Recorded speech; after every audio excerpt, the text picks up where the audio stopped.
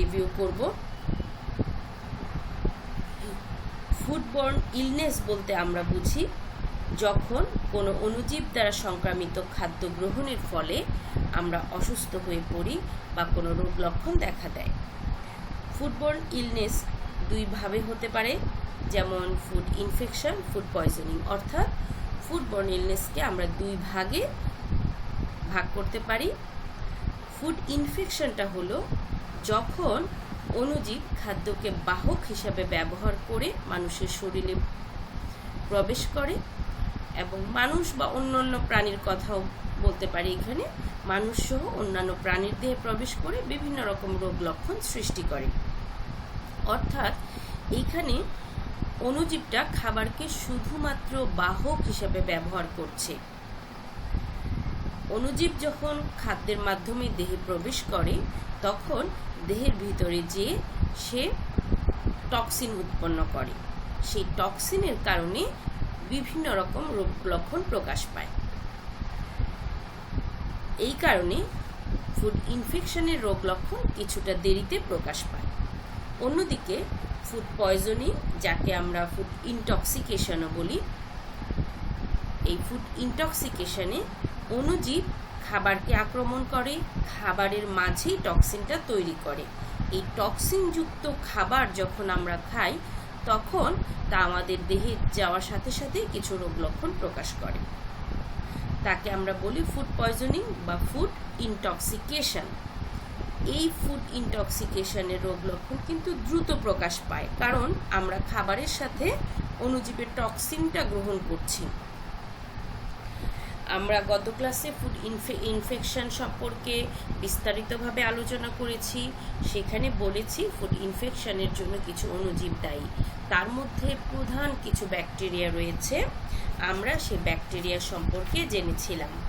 যেমন প্রথমেই আমি তোমাদের বলেছিলাম সালমোনেলার কথা। সালমোনেলা একটা অণুজীব ব্যাকটেরিয়া যা আমাদের দেহে ফুড ইনফেকশন সৃষ্টি করে। সেই সালমোনেলার মধ্যে সালমোনেলা টাইফিটা টাইফয়েড রোগের জন্য দায়ী। আমরা এই পর্যন্ত টাইফয়েড রোগটা পড়ে গত ক্লাসে শেষ করেছিলাম। আজ আমরা আর কিছু ব্যাকটেরিয়া সম্পর্কে জানবো। আমি আজকে তোমাদের দুইটা ব্যাকটেরিয়া সম্পর্কে বিস্তারিতভাবে বলবো। প্রথমেই যে ব্যাকটেরিয়া সম্পর্কে তোমাদেরকে আমি জানাতে চাচ্ছি তা হচ্ছে ক্লস্ট্রিডিয়াম পারফিনজেন্স। ক্লস্ট্রিডিয়াম হচ্ছে একটা গোত্র, যার মধ্যে ক্লস্ট্রিডিয়াম পারফিনজেন্স হচ্ছে একটা স্পিসিস। এই ক্লস্ট্রিডিয়াম কিন্তু ক্লস্ট্রিডিয়ামকে যদি আমরা বলি, শুধু ক্লস্ট্রিডিয়াম কিন্তু ইনফেকশন এবং ফুড পয়জনিংয়ের জন্য দায়ী। কারণ ক্লস্ট্রিডিয়াম পারফিনজেন্স যেমন ইনফেকশন সৃষ্টি করছে, ক্লস্ট্রিডিয়াম বোটুলিজম রোগ সৃষ্টি করছে। বোটুলিজমটা কিন্তু আবার ফুড পয়জনিং। তাহলে ক্লস্ট্রিডিয়াম পারফিনজেন্সের কিছু সাধারণ বৈশিষ্ট্য রয়েছে যেগুলো আমি তোমাদের বলি। যেমন ক্লস্ট্রিডিয়াম পারফিনজেন্স হচ্ছে গ্রাম পজিটিভ ব্যাকটেরিয়া। এটা রড শেপ অর্থাৎ লম্বাকৃতির। অ্যানারোবিক, এরা অবায়বীয় পরিবেশেও বেঁচে থাকতে পারে। স্পোর সৃষ্টি করে, যার কারণে এরা দীর্ঘদিন বেঁচে থাকে। প্যাথোজেনিক ব্যাকটেরিয়া হওয়ার কারণে এদের রোগের তীব্রতা এবং বেঁচে থাকে অনেক দিন। এরা সাধারণত আমাদের পরিবেশের সব দিকেই থাকতে পারে এবং এরা মানুষ এবং অন্যান্য প্রাণীর ইন্টেস্টাইনে বসবাস করতে পারে। সাধারণত যেহেতু মানুষ ও অন্যান্য প্রাণীর ইন্টেস্টাইনে এই ক্লস্ট্রিডিয়াম পারফিনজেন্সটা থাকে, এই কারণে মাংস, বিশেষ করে র মিট যেগুলো পোলট্রি যাদের থেকে প্রাপ্ত খাবারে এই ক্লস্ট্রিডিয়াম পারফিনজেন্স ব্যাকটেরিয়াটা পাওয়া যায়। এ পর্যায়ে আমি তোমাদের ক্লস্ট্রিডিয়াম পারফিনজেন্সের দেখতে কেমন তা দেখাচ্ছি এই ছবির মাধ্যমে। এখানে দেখো, আমি যেমন বৈশিষ্ট্যের মধ্যে বলেছিলাম এরা রড শেপ। দেখো তো এদেরকে লম্বাকৃতির দেখাচ্ছে না, এরা কিন্তু গোল না, কারণ তোমরা পড়েছো বেসিলি, কক্কাই, তাই না? এই যে কক্কাইটা হচ্ছে কি গোলাকৃতি আর বেসিলিটা হচ্ছে লম্বাকৃতি অর্থাৎ রড শেপ। এই যে দেখো এরা লম্বাকৃতি ব্যাকটেরিয়া, এই জন্য আমরা বলছি এই ক্লস্ট্রিডিয়াম পারফিনজেন্সটা হচ্ছে রড শেপ। এই ক্লস্ট্রিডিয়াম পারফিনজেন্স পয়জনিংয়ের কারণে ফুড পয়জনিং ঘটে, ফুড কন্টামিনেশন হয় এবং এই কন্টামিনেটেড খাদ্য গ্রহণের ফলেই কিন্তু মানুষ অসুস্থ হয়ে যায়। এরা যে কোনো প্রাণী যদি একবার তার স্মল ইন্টেস্টাইনে এই অণুজীব প্রবেশ করে তাহলে এই ব্যাকটেরিয়াটা টক্সিন রিলিজ করতেই থাকে এবং প্রায়শই তার মধ্যে ডায়রিয়া দেখা দেয়। এছাড়া এরা বিভিন্ন রকম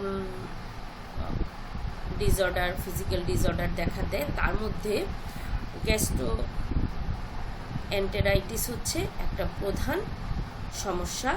যেহেতু এরা ইন্টেস্টাইনে অবস্থান করে এই জন্য গ্যাস্ট্রোএন্টেরাইটিস বেশি দেখা দেয়। ক্লস্ট্রিডিয়াম পারফিনজেন্সে আক্রান্ত হলে কিছু সমস্যা বা রোগ লক্ষণ দেখা দেয়। সেগুলো হলো অ্যাবডোমিনাল পেইন, পেটে ব্যথা, পাকস্থলীটা মোচড়ানো বা কামড়ানো ভাব, যার ফলে ডায়রিয়া দেখা দেয়। খাবারে অরুচি হয়, যা খুব সাধারণ একটা সিমটমস। তবে জ্বর আর বমি এই ক্ষেত্রে সাধারণত হয় না, তবে কিছু কিছু ক্ষেত্রে হতে দেখা গেছে। ক্লস্ট্রিডিয়াম পারফিনজেন্সের ইনকিউবেশন পিরিয়ড 10 থেকে 29 ঘন্টা, তবে রোগ লক্ষণ 24 ঘন্টা বা তার চেয়েও কম সময় থাকতে পারে। যদি কোনো খাবার ভালোভাবে রান্না না করা হয় অথবা রান্নার পরে সময় মতো রেফ্রিজারেশন না করা হয় তাহলে এই ব্যাকটেরিয়াটা খাবারে জন্মায় এবং বংশবৃদ্ধি করতে পারে। 40 থেকে 140 ডিগ্রি ফারেনহাইট তাপমাত্রাকে এই ব্যাকটেরিয়ার জন্য ডেঞ্জার জোন বলা হয়, কারণ এই তাপমাত্রায় এরা খুব দ্রুত বংশবৃদ্ধি করতে পারে। ক্লস্ট্রিডিয়াম পারফিনজেন্সের ট্রিটমেন্ট হলো সাধারণত খাবার স্যালাইন, মুখে খাবার স্যালাইন দেওয়া হয়। যদি কোনো ক্ষেত্রে এই লক্ষণগুলো যেমন ডায়রিয়া, পেটে ব্যথা এগুলো যদি বেশি মাত্রায় দেখা দেয় তাহলে কোনো কোনো ক্ষেত্রে ইন্টারভেনাস ফ্লুইড দেওয়া হয় অথবা ইলেকট্রোলাইট রিপ্লেসমেন্টও করা হয়। তবে এক্ষেত্রে অ্যান্টিবায়োটিক দেওয়ার কথা বলা হয় না।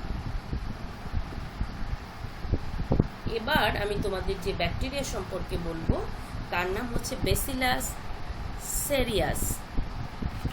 এই ব্যাসিলাস সেরিয়াস কিন্তু গ্রাম পজিটিভ, রড শেপ, এরা ফ্যাকাল্টেটিভলি অ্যানারোবিক, মটাইল বেটা হেমোলাইটিক। মটাইল বেটা হেমোলাইটিক, তোমরা বেটা হেমোলাইটিক শব্দটার সাথে পরিচিত না। বেটা হেমোলাইটিক হচ্ছে ব্যাকটেরিয়াগুলোকে যখন কালচার করা হয় তাদের কালারের উপর ভিত্তি করে তাদেরকে নাম দেয়া হয়। এই ক্লাসিফিকেশনের মধ্যেই একটা হচ্ছে বেটা হেমোলাইটিক ব্যাকটেরিয়া। এই ব্যাকটেরিয়াটা যেহেতু নিজে থেকে চলাফেরা করতে পারে এই জন্য একে বলা হয় মটাইল বেটা হেমোলাইটিক। এরা স্পোর তৈরি করতে পারে pH 4.9 থেকে 9.3-তে। এরা খুব ভালোভাবে কাজ করতে পারে। সাধারণত এই ব্যাকটেরিয়াটা মাটিতে এবং বিভিন্ন খাবারে পাওয়া যায়। মাটির সংস্পর্শে যদি কোনো খাবার আসে তাহলে সেই খাবারই এই জীবাণুটা বিস্তার লাভ করে। ব্যাসিলাস সেরিয়াস, এখানে কয়েকটা স্লাইডের ছবি দেখানো হয়েছে। আগের ছবিটাকে অনেক বেশি জুম করে দেখানো হয়েছিল, যেটা ক্লস্ট্রিডিয়ামের ক্ষেত্রে দেখানো হয়েছে তোমাদের এখন। এটা আমি মাইক্রোস্কোপের নিচের স্লাইডগুলো দেখালাম যাতে তোমরা ছবি আঁকার সময় সুবিধা হয়। তোমরা অনেক সময় দেখা যায় ছবি আঁকার ক্ষেত্রে যে বেশি ক্লামজি হলে তোমরা বুঝতে পারো না, এরকম ছবি তোমাদের আঁকতে সুবিধা হবে। বিশেষ করে তোমরা যদি কখনো আঁকতে চাও তাহলে ব্যাসিলাস সেরিয়াস এই টাইপের করে আঁকলে তোমাদের আমার মনে হচ্ছে সুবিধা হবে। এই ব্যাসিলাস সেরিয়াস টক্সিন কিন্তু ফুড পয়জনিং সৃষ্টি করতে পারে। স্টার্চি ফুড, বিশেষ করে ভাতে এই ব্যাকটেরিয়াটা বেশি আক্রমণ করে।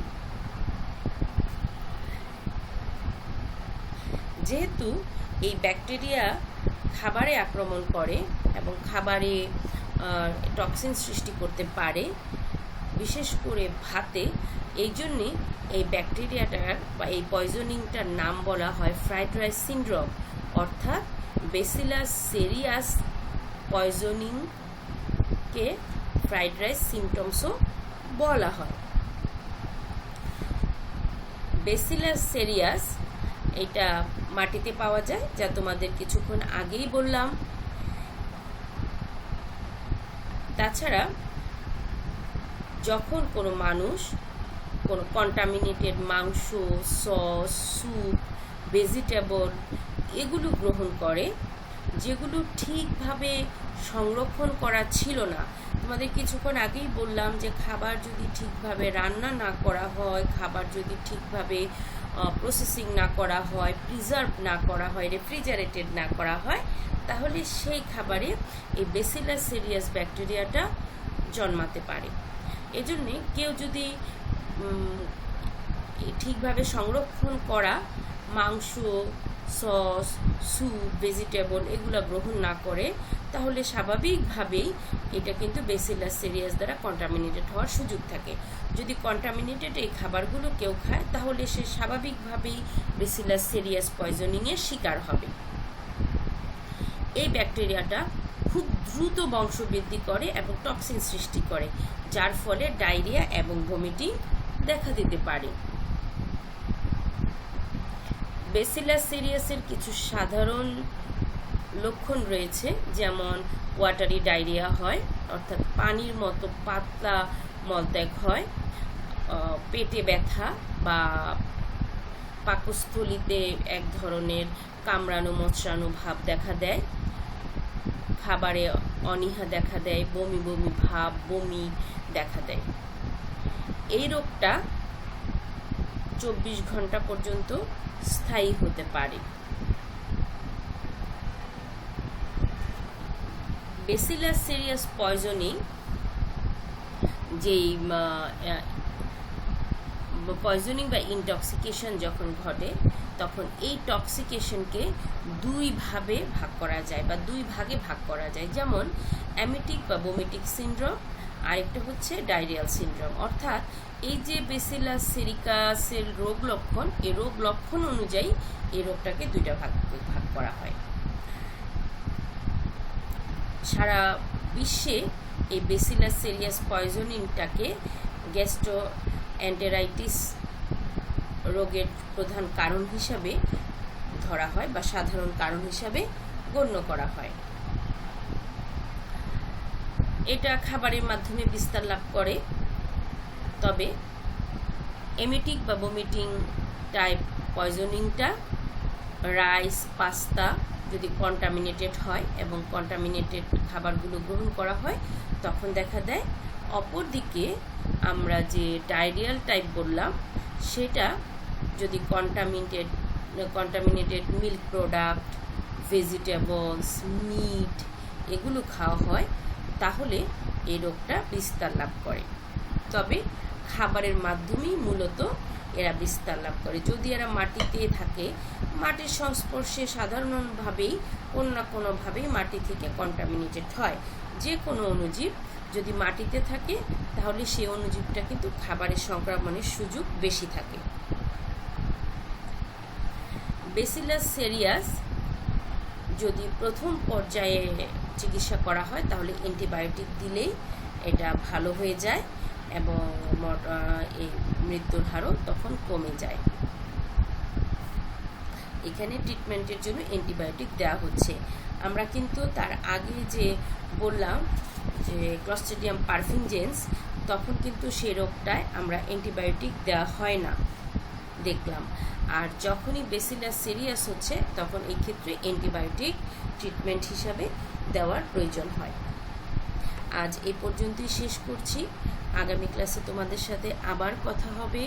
সেই পর্যন্ত তোমরা সুস্থ থাকো, ভালো থাকো এই কামনা করছি। তোমরা নিয়মিত পড়াশোনা করবে, সেই সাথে বিনোদনও করবে।